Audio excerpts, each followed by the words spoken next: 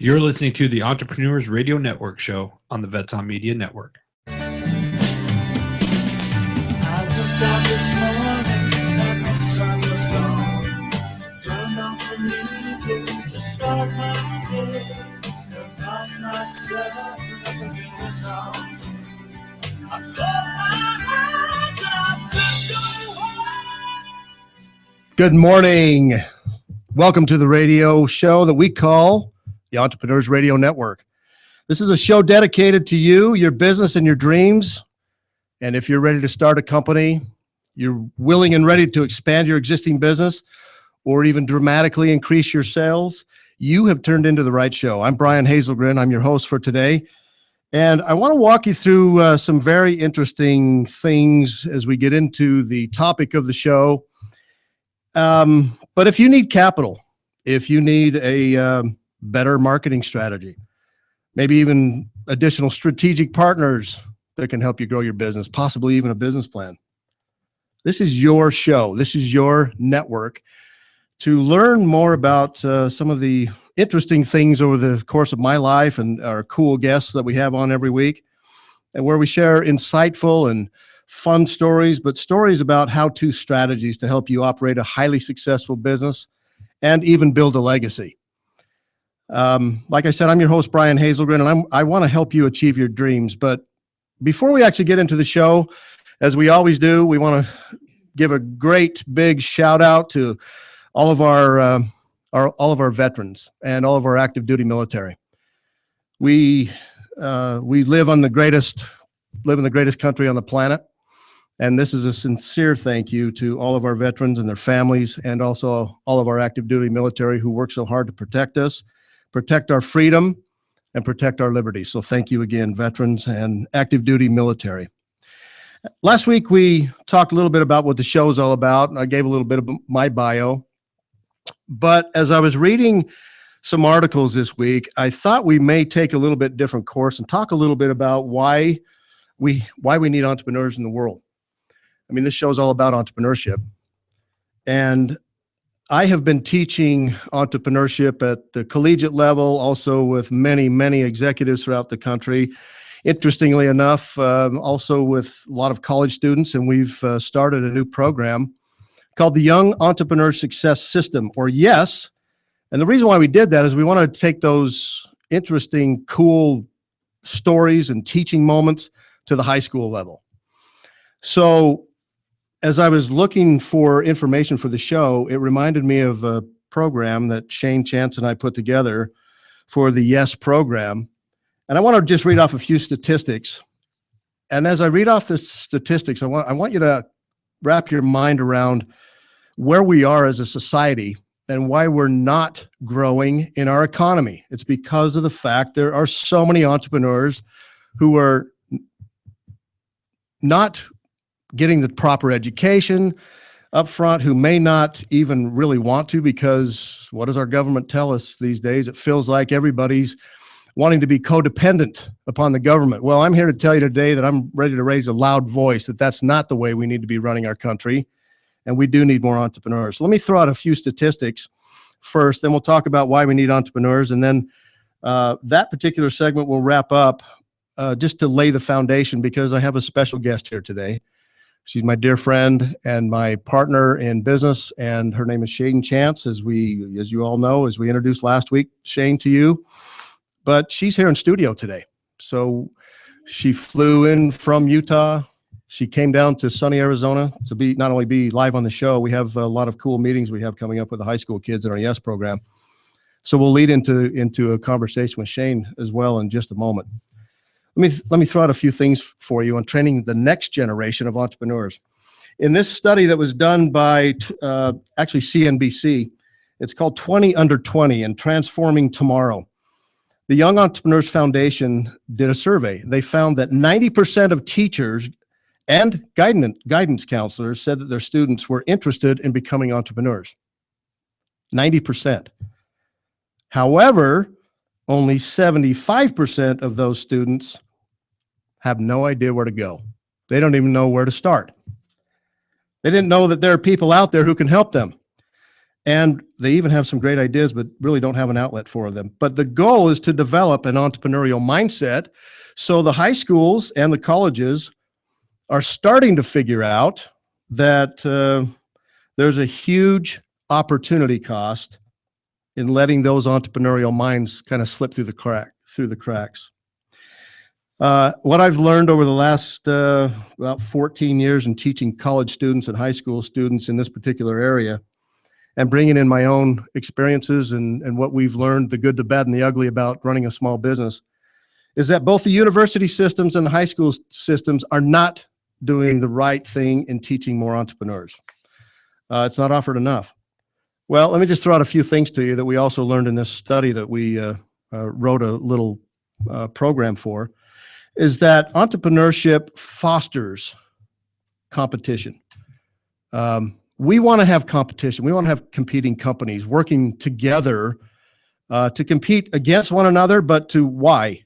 As we're all consumers. So if we have competition, it can keep the costs down. It also helps the companies produce a more effective product or deliver a better service. I think also the second point that I wanted to bring out is that entrepreneurship facilitates even new technologies that'll fuel the economic growth that we're all hoping for and bring back the society that we'd like to live in with successful businesses being operated. There's small startups all over the place, and they really literally can create a better future for us. Third point, entrepreneurs do create jobs. They do pay taxes that support the local communities, and they end up creating demand for their products and their services. I think most importantly, entrepreneurs transform lives. One more little quote from the Kauffman Foundation. If you think about where we are right now in our economy and the challenges that we currently look at for the economy not growing, it's not being restarted, it's not being bolstered in any way. Here's an interesting quote about what happens during a recession. This is from the Kauffman Foundation. Quote, historically through the last 7 recessions, let me say it again, historically through the last 7 recessions, it's been entrepreneurs who essentially restarted the economy. With rare exception, entrepreneurship is perceived to be the engine driving all economies regardless of the political system. End of quote. That's a profound statement by an organization that's been around funding entrepreneurial adventures for a long time. Also, one other little tidbit that you need to be aware of, the Network for Teaching Entrepreneurship. I learned this back when I was instructing at the collegiate level. Enrollment of students that were wishing to take an entrepreneurship course in the last 5 years has increased 160%.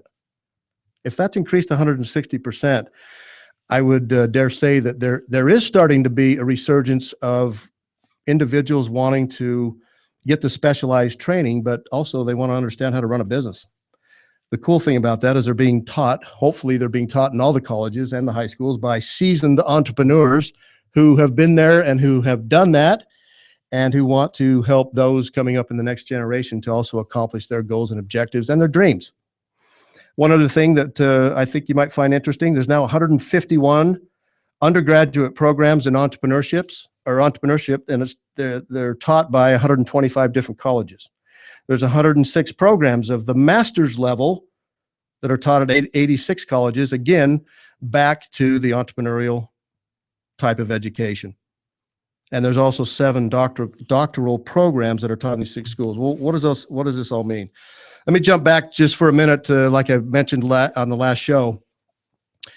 And it was something to do with my experience in developing the entrepreneurship program at the University of Utah.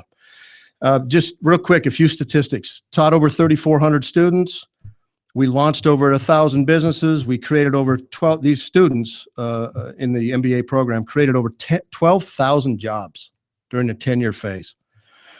There were over 60 corporate sponsors that took a look at this and said, that's pretty cool. We want to be a part of this. Hey, this business plan competition you have and this executive summary competition you have, those are cool. We want to put some backing behind that. So we ended up raising a bunch of money for that particular program for the university. And then we also had close to $1 billion of local impact throughout the state of Utah with these companies that have done amazing things.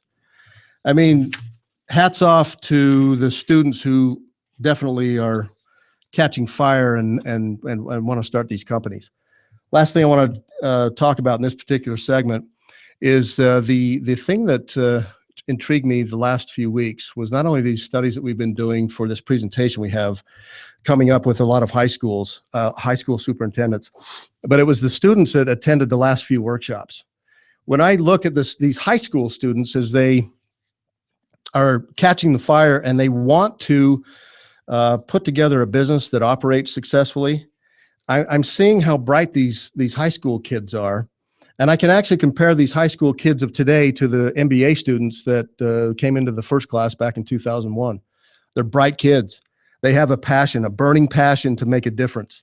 We as leaders also share that burning passion and want to do as many great things with them as we can, which I think is really important because as we do this show, hopefully we can impart some of the things that we've learned along the way, both the wildly successful things and even the dismal failures that I've personally been involved in. And of course, when both of us talk about this, both of us meaning myself and Shane Chance, as we get to a point where we start want to basically talk about entrepreneurship, what's good about it, what's great about it. Let me put it that way. Let me lead into just for a moment here. I want to give a wonderful hello to Shane, who's sitting right across from me at the microphone. And Shane, welcome to the show today. Thanks, Brian. Nice to actually be here in station. It's pretty cool. It is pretty cool. It's cool to have you here too. Thank you. You've been an entrepreneur for 22 years. You've run a successful companies during those 22 years. You're currently involved in a lot of things that we'll get into in just a minute after the break. But as you have gone through your experiences in developing your own businesses and the things that you've learned along the way, I've seen you talk to some of the high school kids and the other adults that are in the room, and your passion comes through. Why are you so passionate about having your own small business? I mean, why not go out and find a job, which is cool. That's fine. Sure. Nothing wrong with that at all. Not at all. Because Takes all kinds. if out of those 3,400 students that I trained at the university level, and only little over 1,000 launched a business, that's 3 in 10. What happened to the other 7? And you've heard me talk about how we teach them how to be better leaders, how to be more creative, how to be more innovative, better problem solvers. What have you learned over the few years that in the last 22 years that you've put together? And we'll encapsulate that. I'm sorry, I should give you the whole hour to talk about that. I realize, but That's okay. what have you learned? Interestingly enough, I think everybody reaches that point in their life where they figure out that they're one of those, like you mentioned, that work for someone or that they choose to own their own business. For me, I kind of fell into that based on some personal experiences that I had. And that actually became the driving factor for me in deciding I wanted to start my own business, because due to my own experiences, I wanted to ensure and encourage others and create an awareness so that they themselves weren't in a position that I was. And that was what made me take that leap, if you will, into the entrepreneurial type of world.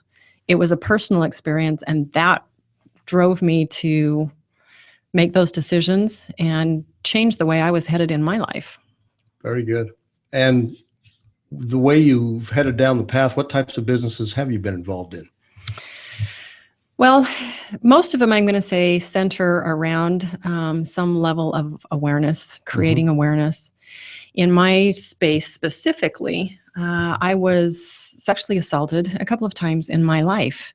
And that drove me to create an awareness specifically for women in ways to protect and defend themselves, to become more aware.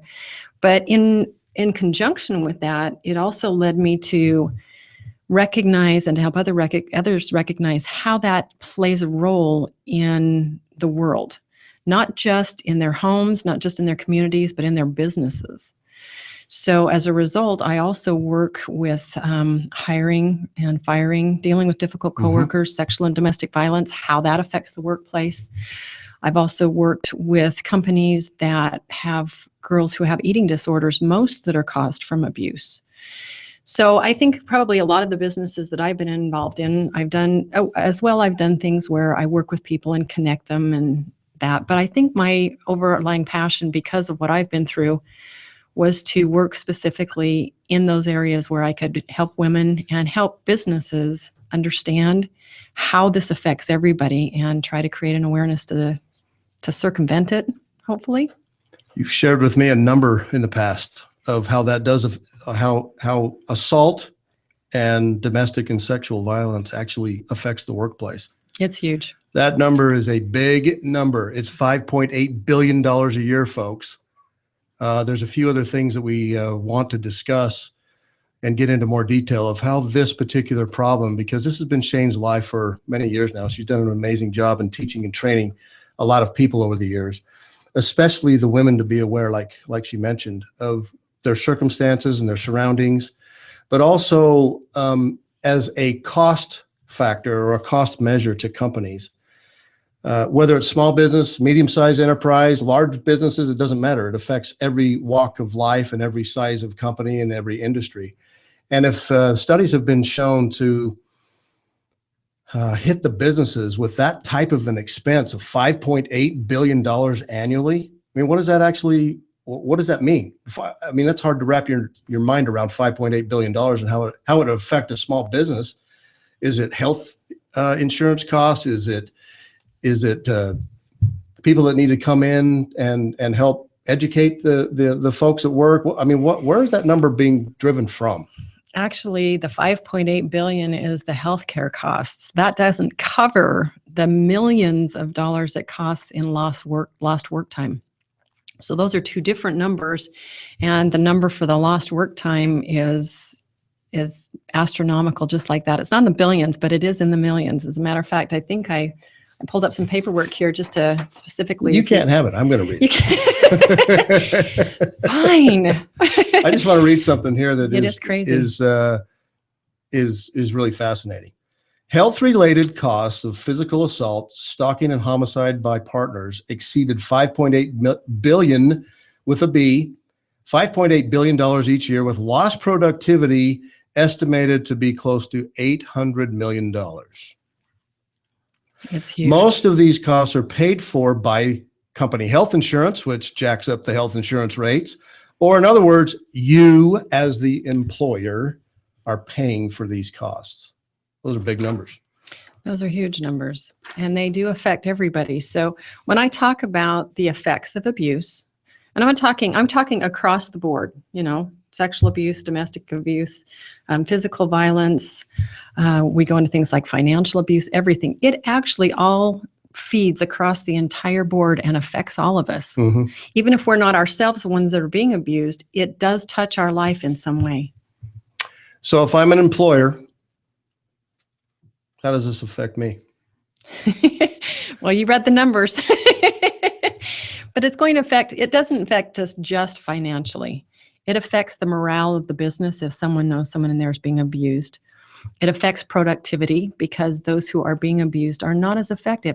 And we have to also keep in mind, we think a lot about those that are abused. We often see the effects in the workplace. Somebody shows up with a broken arm that's suspicious, or scratches or bruises or black eye, things like that. And we kind of become suspicious of that. What we don't pay attention to and we don't recognize, because it's not as obvious, is that we're also hiring the abusers. And those are the ones that are hard to see, but they are still affected by what they're doing, because it often takes place while they're at the workplace. Unbelievable. So when we come back from break, I want to get into some of these statistics that have come up, because this is a heavy topic. No bones about it. This is a heavy topic to discuss, but it's an important topic. And I want our audience to get to know you better and understand what you've been doing for the last 22 years. So this is your life. So let's talk about some of these statistics when we come back. Let me just throw this out there. More than 5,000 cases of workplace violence are reported every day in the U.S. 5,000 cases of workplace violence every day. The National Domestic Violence Hotline receives over 22,000 calls every month. 92% who report that it's their first time to call for help. could have been going on for years. So let's get into that when we get back from the break. Again, I'm Brian Hazelgren. I'm here with Shane Chance. You're listening to the Entrepreneurs Radio Network show, and we're grateful that you're here. We'll be back in just a minute. Would you like to own a thriving business and help employ local veterans? The Vetraplex Handyman Construction and Landscape business is the opportunity you've been waiting for. The Vetraplex is your gateway to an affordable startup business with 0% financing for qualifying owners. By owning a Vetraplex franchise, you'll be hiring veterans, providing them both income and opportunity, while at the same time providing your customers a way to say, thank you for your service to our nation's veterans. For more information, visit vetraplex.org. Again, that's vetraplex.org or call 928-284-2022. Breaker, 19. How about that bandit? You got some ears on, son? Have you ever wanted to be a truck driver? If so, pay attention. If not, pay attention anyway. Southwest Truck Driver Training offers everything you need to get started. You can get hired before you begin training. They've got GI Bill approved training facilities, day, night, or weekend programs to fit your busy schedule. And if you have any questions, no sweat. They've got veteran supportive campuses with veterans on staff to serve you. And on top of that, they have lifetime job placement assistance. Put the pedal to the metal. Call Southwest Truck Driver Training today.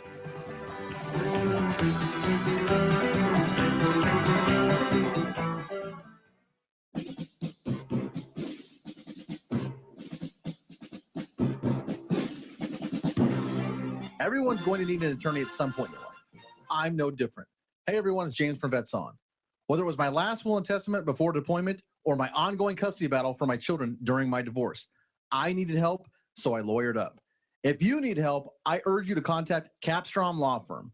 Capstrom Law Firm in Springfield, Missouri services clients throughout the state in criminal law, personal injury, and family law. With over 13 years practicing law, Tom Capstrom understands both law and court procedures and how stressful they can be. Let Tom Capstrom Law Firm and his dedicated staff take the stress and worry out of a difficult situation by calling him today. We feel so strong about the work that Tom and his staff are doing that he'll be a monthly guest on the show. Tom is a veteran and a listener, for God's sake, so you know the guy is solid and will fight for you. Give Tom a call today by calling 417-864-0552 or email Tom at capstromlaw.com. And don't forget to tell him that Vets On sent you. The choice of a lawyer is an important decision and should not be based solely upon advertising.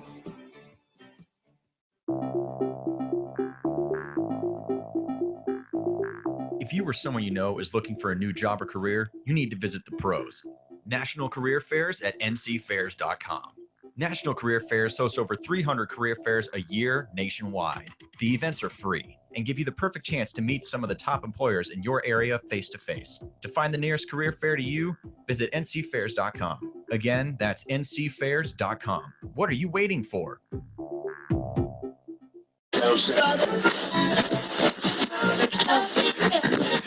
You're listening to the Entrepreneurs Radio Network show on the Vets On Media Network. Welcome back, everyone. Again, I'm Brian Hazelgren, along with Shane Chance. You're listening to the Entrepreneurs Radio Network show. As we went into the break, we talked a little bit about some of the statistics that domestic violence brings up in our workplace. And Shane is a 22-year awesome speaker and motivational teacher and trainer in corporate America, and she's done some amazing things in helping a lot of people. And I want to get into some of these statistics, even though it's a heavy part of the discussion. But before we do that, I think I'd like to, ladies and gentlemen, I'd really like to just figure out how we just let you know who Shane is. I know we've talked a little bit about it, but I want to read a few things about her bio. Shane Chance has spent over 22 years training and inspiring women in many ways, but mostly through her seminars on work on women's self-defense and awareness campaigns. She was a victim of assault many years ago, and she's able to not only bring those experiences into light in the workplace and help us as business owners understand it better, first of all, and how to deal with it. but she's also been doing this in the community for a long time. She's a certified continuing ed instructor or continuing education instructor for the Board of Realtors. And she has also worked with other organizations whose purpose is to increase safety, awareness, and recovery, and provide ways to help educate victims on how to avoid abuse in the future. She's been wonderful to help us with our foundation for veterans and GoVets Foundation. She's done some amazing things already in the business development side as directing those efforts. We're also partners on the Young Entrepreneur Success System for the high school students, and she's obviously my co-host here on the Entrepreneurs Radio Network show. I believe that Shane has a passion for not just for people, but for life and for being fun and being an entertaining speaker and trainer. She's also an author. You are an author. You have released a new book called Story of Lies. I did. And you've also written, you write bi-monthly on a column for divorcesinglesnews.com. You also work with a lot of young women who have eating disorders. Mm-hmm. So all these things combined together, and her 22 years of experience with running her own businesses. Let's talk a little bit about your book that you just released. It was as I was able to read through it, I mean, the topic is heavy, but it was a very good and easy read, and that surprised me. Why did you put this book together? Why did you want to get this message out specifically the way you wrote it in Story of Lies?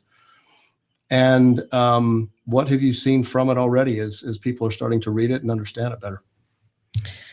Well, the motivation from the book actually came much like my entrepreneurial aspirations.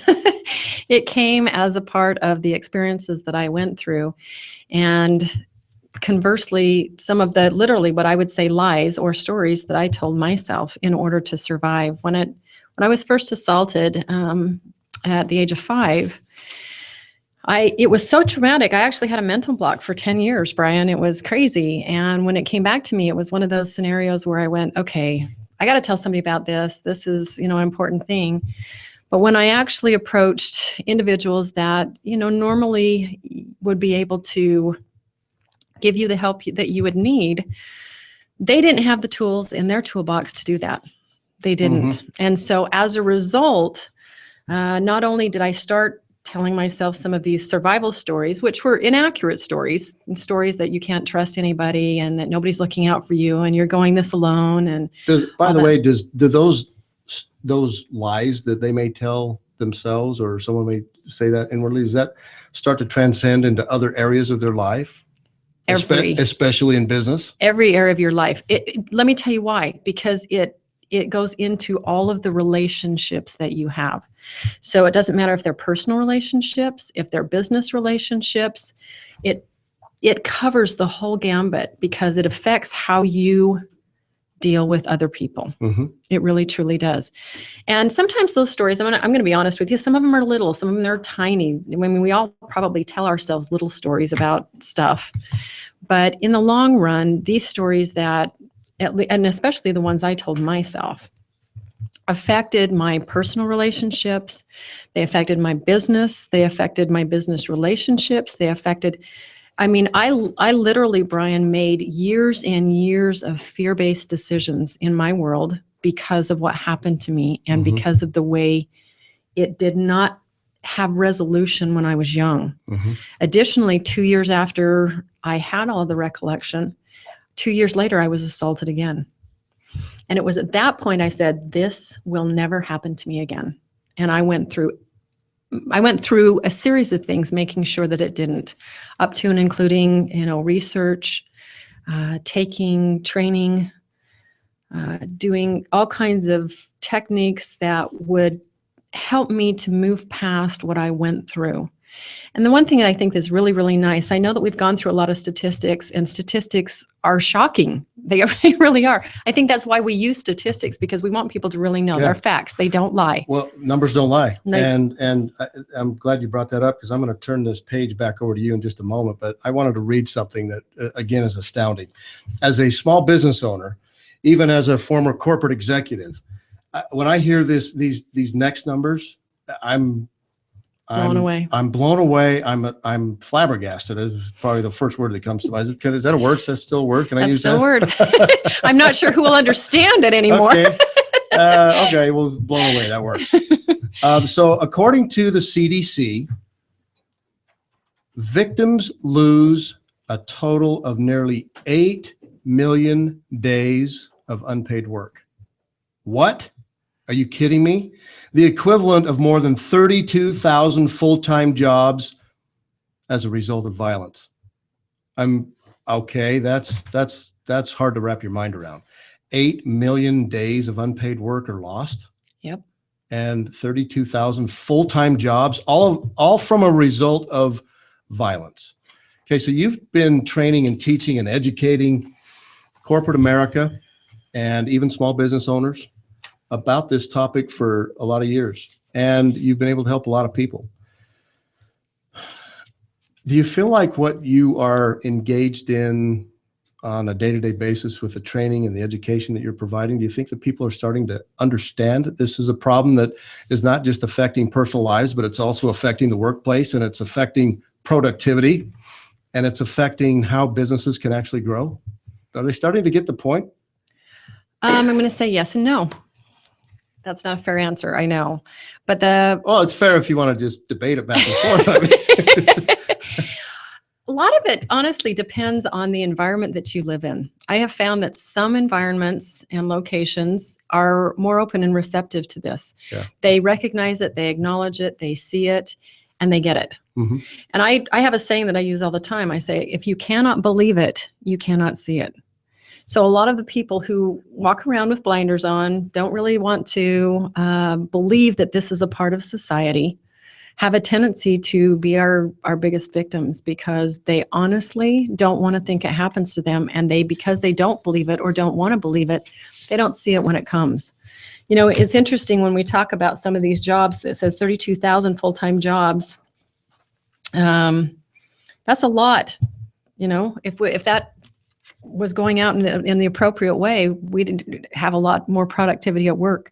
One of the things too that people don't understand, this is just numbers on how it affects those that are actually being assaulted or abused in some way. It doesn't cover the issues that we struggle with within the workplace for morale. Because what happens is that you have people that are trying to cover for those who are being abused. A woman who is being abused at home in like a domestic violence situation is late on average 4 times a month. So this is where we're starting to see some of the loss of productivity, loss of work time, things like that. But now you have people within the company who are friends or who care about these workers. As they come in, see that they're struggling and try to cover for them. So now we see a morale issue because they're trying to do their job and support somebody else in their job. And not only that, eventually what happens is if it gets worse and if they see it escalating, now we have a problem with fear factors that are taking place here. Right. Because now they're afraid, well, what happens if this person realizes I'm helping? Are they going to come after me? So we're seeing this, and I want to really point out here, Brian, what I'm saying now is making anybody out there who is thinking about being an entrepreneur go, wait a minute. I'm not sure I want to go down this road. I'm not sure I want to deal with this. But, you know, really, it's not about anything other than awareness. Part of the reason I teach hiring and firing is because the whole goal is teaching awareness, helping these people understand if you can avoid hiring the problem in the first place, then you don't have to deal with it later. When we find out, and I'm gonna tell you this, Brian, because it makes me sad, especially as a female. When I'm talking about looking at this from a female perspective, it breaks my heart to realize the majority of women who are abused end up losing their job. because they keep missing work, because their health expenses are so high, because they're late all the time, because of all these excuses that they start creating, because of the stories, again, that they're telling themselves around their abuse situation. Because of all of that, they end up losing their job. On the other hand, statistically, the abuser, once he's discovered, gets sent for psychological help and ends up making it through and retaining his job. And I'm sorry, please understand, I understand that sometimes women are the abusers. So when I say he and she, I'm basing it mostly on my perspective from what I deal with. Yeah. So women, I do get women are abusers and it happens that way too. But I'm speaking specifically mostly from the direction I work, which is, working with women specifically who are being abused and then working with people in the workplace. And statistically, men are more aggressive in that way. But as I do that, it's sad for me to say that instead of those that were being abused not getting the opportunity to get the help they need and just losing their jobs, the abusers are getting that help and they're continuing to move forward in the workplace. Okay. It's a struggle. Good. It's a huge struggle. But as a small business owner, I want to know how I can help fix this in my own company. You talked just briefly about avoiding hiring the individual that may not, or that may have this tendency. I mean, you're an expert in this field. I'm not. I'm learning, thank goodness. And I know that you're teaching a lot of business owners and a lot of business executives on how to look for these traits. But how do we do that? I mean, what are some of the things that there's got to be a positive light here. There is. There's definitely a positive spin. Spin's not even the right word. There's a positive direction to take all of this training and the education that the business owner needs, but also the hiring manager and even the people that may feel like there's help out there for them. Where's the positive side from all of this, and how can business owners start to look on the positive nature versus this heavy topic that they have to deal with? Sure. For me, I want to tell everybody first and foremost, from speaking from an abused side, there are so many opportunities and options out there for them to get help and to get through this. So this doesn't have to be the end result for everyone who is in an abuse situation. I think we've kind of laid a heavy groundwork and a heavy foundation of what this looks like or can look like when we look at a nationwide picture. But if you were to actually take it and break it down, the biggest thing to me, I'm going to come back to awareness. Awareness to me is the huge campaign that I am always trying to create, whether I'm doing my self-defense trainings, whether I'm working specifically with corporations, management, whatever the case may be, even working with recognizing. You asked me what the positive, what's the light in all of this, the light at the end of the tunnel. The light is that we all have the opportunity to not function in a space of fear, but in a space of assertion. And I'm going to say that's what was the solution for me. And that's how I ended up going through what I went through. Fear doesn't help you. And especially as a entrepreneur or someone who is beginning their own business, you don't want to start from a fear-based belief system. You want to start it from an assertion belief system. That means that we have a no tolerance for this type of thing workplace. There's no room in our business for this type of abuse. And what we do is we take an assertive role. We make sure that all of our people are properly trained. We make sure that everybody knows and understands and recognizes what the signs and symptoms of abuse are. We make sure that as we move forward, we have an open door policy as an HR company or an HR program that says, if you have a concern for yourself or another, we have an open door policy that says you can come in and have that conversation with us. Not only will we listen, but we will follow up and we'll do something about it. We have to make sure that the goal is the good of all. And I think that that's where we are. Women who are abused, and I'm speaking from a personal standpoint here. Women who are abused really, truly don't always know, just like students who want to become entrepreneurs. They want something, but they don't know who to talk to. They don't know where to go. They don't know how they're going to get out of the space that they're in. They really want to get out, but they don't know how. And so what our goal is, what my goal is to help them, meaning the abused, the people who are hiring them, the people who are working with them, to understand we want to help you. We want to give you the opportunity to move past where you're at into a better space, and we're here to help you with that. Excellent. I love that. When we come back from break, by the way, thank you, Shane. That's wonderful insight. When we come back from break, I want to get into the topic of your book, Story of Lies. Let's talk a little bit about that. Let's also talk about next week's show, what we have coming up. For now, I'm Brian Hazelgren. I'm here with Shane Chance. You're listening to the Entrepreneurs Radio Network show. Everyone's going to need an attorney at some point in their life. I'm no different. Hey, everyone, it's James from Vets On. Whether it was my last will and testament before deployment or my ongoing custody battle for my children during my divorce, I needed help, so I lawyered up. If you need help, I urge you to contact Capstrom Law Firm. Capstrom Law Firm in Springfield, Missouri services clients throughout the state in criminal law, personal injury, and family law. With over 13 years practicing law, Tom Capstrom understands both law and court procedures and how stressful they can be. Let Tom Capstrom Law Firm and his dedicated staff take the stress and worry out of a difficult situation by calling him today. We feel so strong about the work that Tom and his staff are doing that he'll be a monthly guest on the show. Tom is a veteran and a listener, for God's sake, so you know the guy is solid and will fight for you.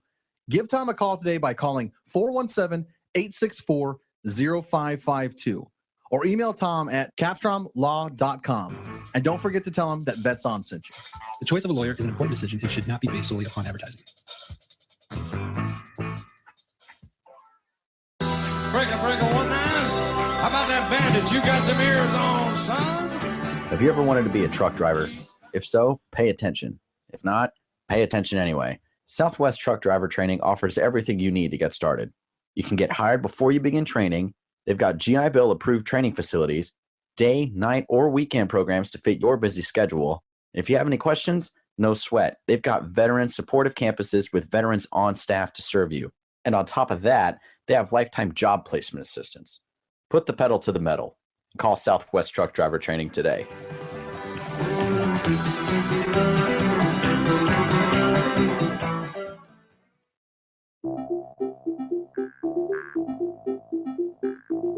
If you or someone you know is looking for a new job or career, you need to visit the pros. National Career Fairs at ncfairs.com. National Career Fairs hosts over 300 career fairs a year nationwide. The events are free and give you the perfect chance to meet some of the top employers in your area face-to-face. To find the nearest career fair to you, visit ncfairs.com. Again, that's ncfairs.com. What are you waiting for? Would you like to own a thriving business and help employ local veterans? The Vetraplex Handyman Construction and Landscape business is the opportunity you've been waiting for. The Vetraplex is your gateway to an affordable startup business with 0% financing for qualifying owners. By owning a Vetraplex franchise, you will be hiring veterans, providing them both income and opportunity, while at the same time providing your customers a way to say, thank you for your service to our nation's veterans. For more information, visit vetraplex.org. Again, that's vetraplex.org or call 928-284-2022.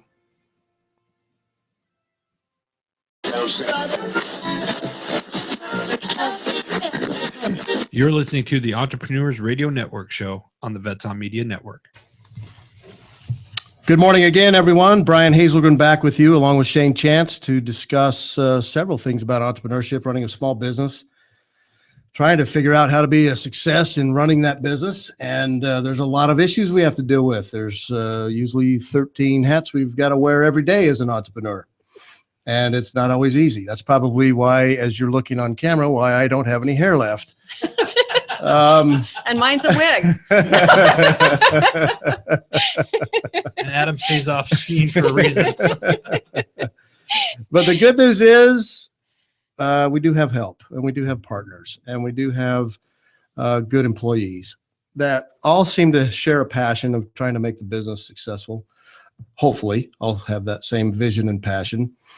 But sometimes there are some things that creep into the business world that are difficult topics to deal with, like we're discussing today. This is a topic that is something that I feel like a lot of business owners avoid.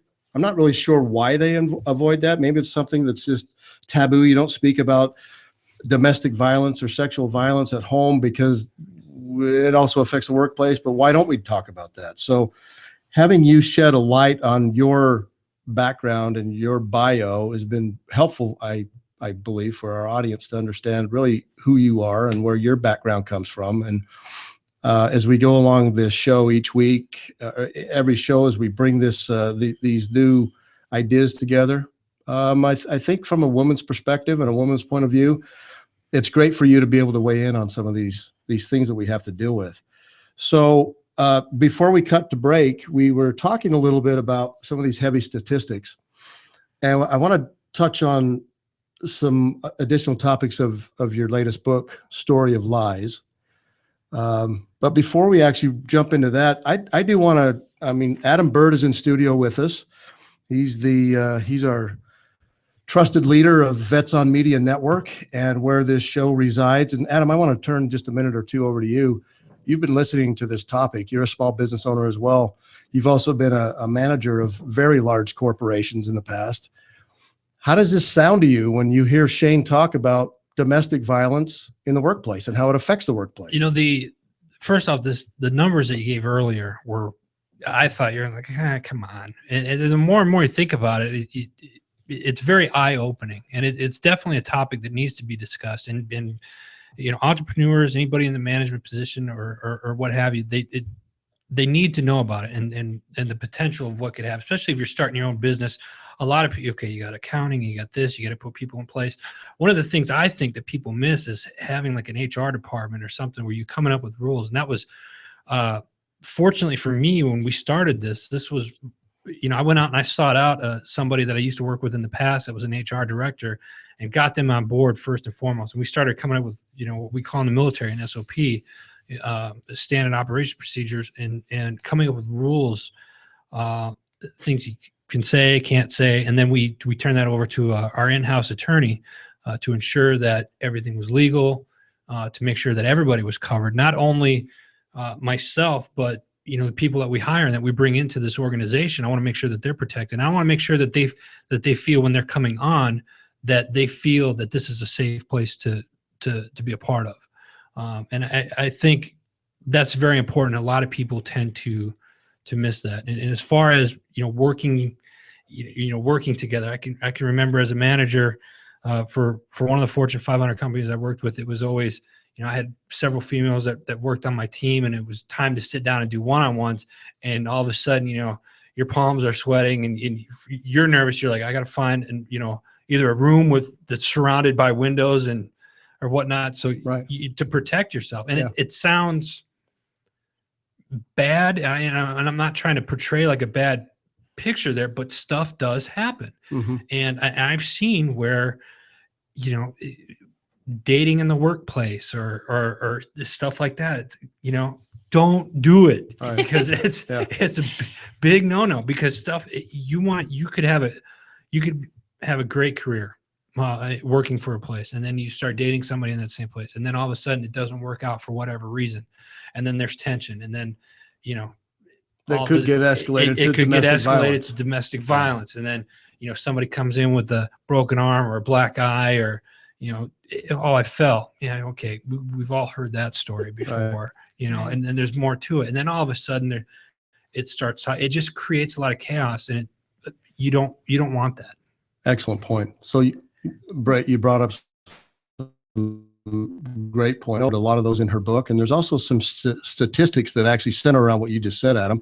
Shane, do you have some of those there? I do. And, one of the things I wanted to come back to just real quick before I say that, Brian, is, when I started this business over 22 years ago, everybody kind of blamed it on the woman. Mm-hmm. It was always her fault. She must have done something. It's like, seriously? I was a 5-year-old, really? But it's gotten to the point, back then, even the judicial system was not working for and in behalf of women who were being assaulted. So nowadays, it's gotten to be better that way, but we're still working through trying to create different belief systems from what we had back then. Not only that, a lot of people think, well, it's domestic violence. That happens at home. It doesn't happen here in the workplace, but they don't think about them bringing it into the workplace. And statistically, 78% of HR professionals consider partner violence an issue. Now, HR happens at work. It doesn't happen at home. And 94% of corporate security directors rank partner violence as a high security problem. 94%. So I can promise you what's happening outside of the workplace, and well, obviously, and inside a little bit, but what's definitely happening outside the workplace is coming into the workplace one way or another.